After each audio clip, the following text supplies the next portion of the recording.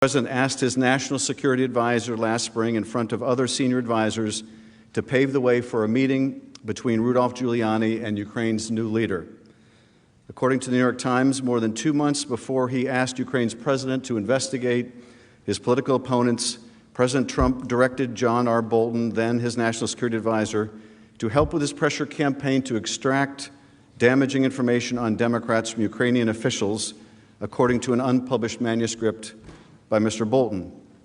Mr. Trump gave the instruction, Mr. Bolton wrote, during an Oval Office conversation in early May that included the acting White House Chief of Staff, Mick Mulvaney, the President's personal lawyer, Rudy Giuliani, and the White House counsel, Pat Cipollone, who is now leading the President's impeachment defense. Now, you will see in a few moments, and you will recall Mr. Cipollone suggesting that the House managers were concealing facts from this body. He said all the facts should come out. Well, there's a new fact which indicates that Mr. Cipollone was among those who were in the loop. Yet another reason why we ought to hear from witnesses. Just as we predicted, and it didn't require any great act of clairvoyance, the facts will come out. They will continue to come out. And the question before you today is whether they will come out in time for you to make a complete and informed judgment as to the guilt or innocence of the President. Now, the Times article goes on to say that Mr. Trump told Mr. Bolton to call Vladimir Zelensky, who had recently won election as president of Ukraine, to ensure Mr. Zelensky would meet with Mr. Giuliani, who was planning a trip to Ukraine to discuss the investigations that the President sought in Mr. Bolton's account. Mr. Bolton never made the call, he wrote. Policy understood that this was a domestic political errand and refused to make the call. The account in Mr. Bolton's manuscript portrays the most senior White House advisors as early witnesses in the effort that they have sought to distance the President from, including the White House counsel.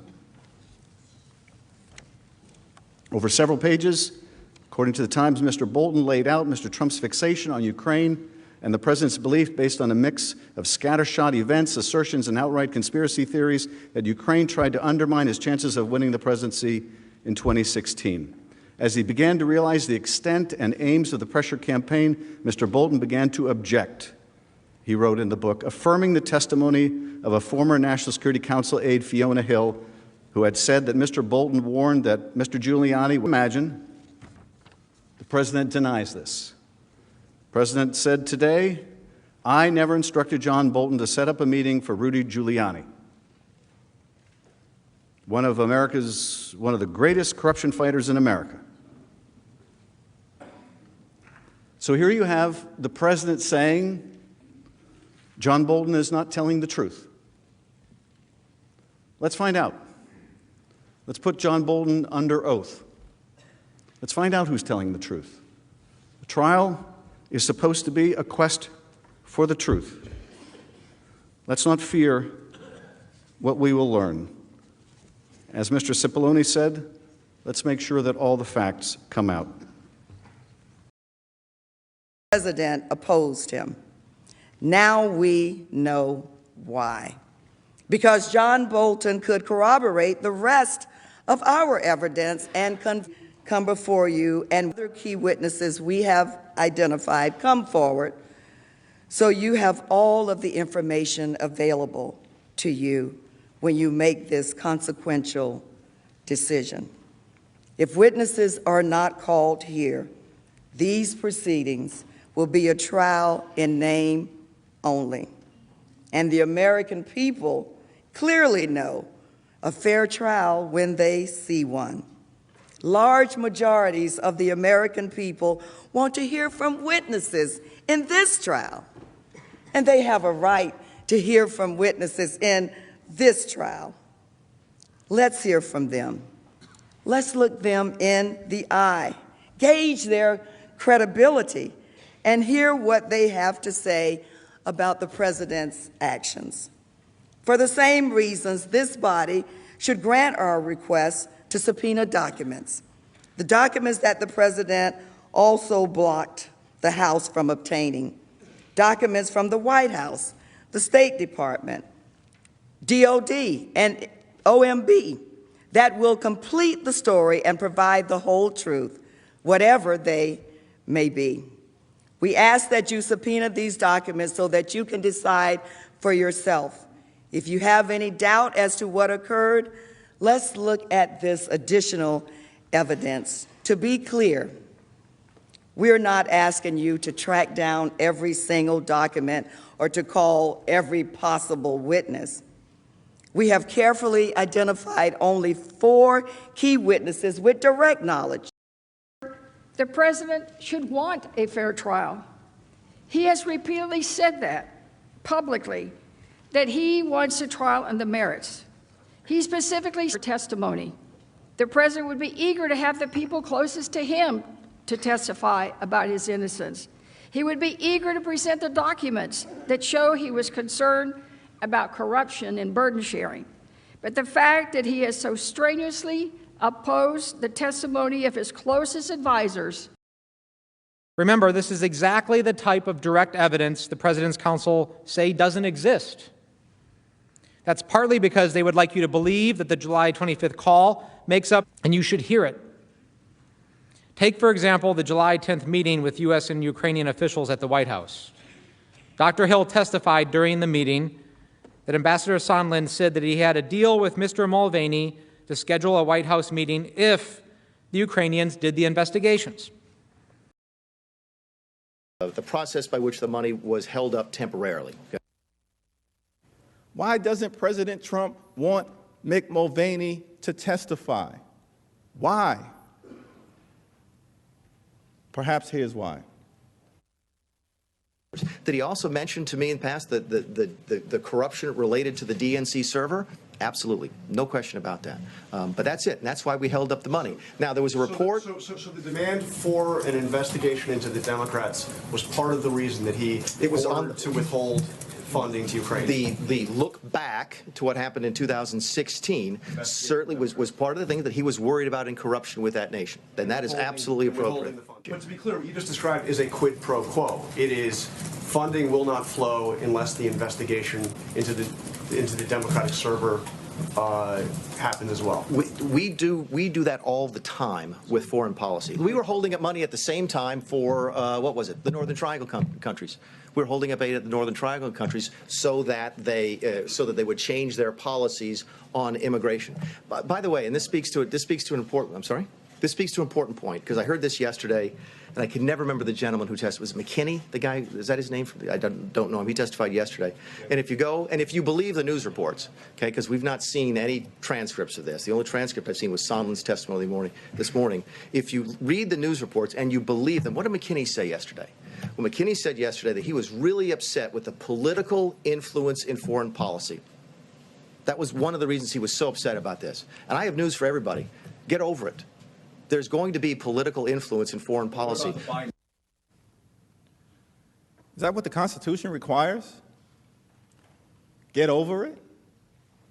Is that good enough for this body, the world's greatest deliberative body? Get over it?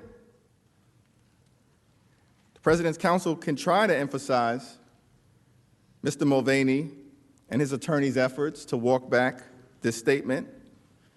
But as you've seen with your own eyes, the statement was unequivocal.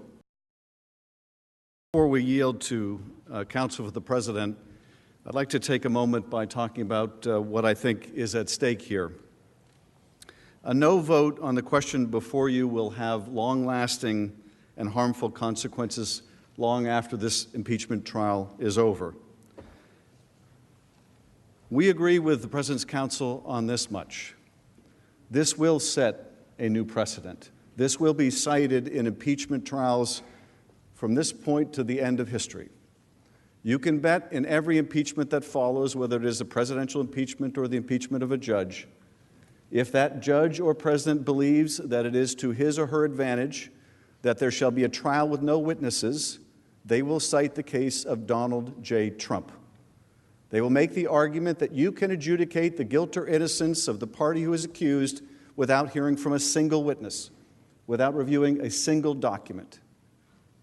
And I would submit that will be a very dangerous and long-lasting precedent that we will all have to live with. President Trump's wholesale obstruction of Congress strikes at the heart of our Constitution and democratic system of separation of powers. Make no mistake, the President's actions in this impeachment inquiry constitute an attack on congressional oversight, on the co-equal nature of this branch of government. Not just on the House, but on the Senate's ability as well to conduct its oversight, to serve as a check and balance on this president and every president that follows. If the Senate allows President Trump's obstruction to stand, it effectively nullifies the impeachment power. It will allow future presidents to decide whether they want their misconduct to be investigated or not, whether they would like to participate in an impeachment investigation or not. That is a power of the Congress. That is not a power of the President. By permitting a categorical obstruction, it turns the impeachment power against itself. How do we respond to this unprecedented obstruction will shape future debates between our branches of government and the executive forever. And it's not just impeachment. The ability of Congress to conduct meaningful and probing oversight that by its nature is intended to be a check and balance on the awesome powers of the executive branch, hinges on our willingness to call witnesses and compel documents that President Trump is hiding with no valid justification, no precedential support. If we tell the President effectively, you can act corruptly, you can abuse the powers of your office to coerce a foreign government to helping you cheat in an election by withholding military aid, and when you're caught, you can further abuse your powers by concealing the evidence of your wrongdoing, the President becomes unaccountable to anyone. Rob this country of a fair trial, and there can be no representation that how could it, if the result is baked in by the process? Assure the American people, whatever the result may be, that at least they got a fair shake. There's a reason why the American people want to hear from witnesses. And it's not just about curiosity.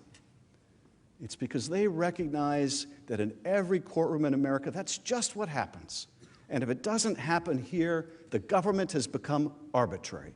There is one person who is entitled to a different standard, and that's the President of the United States. And that is the last thing the founders intended. We reserve the balance of our time.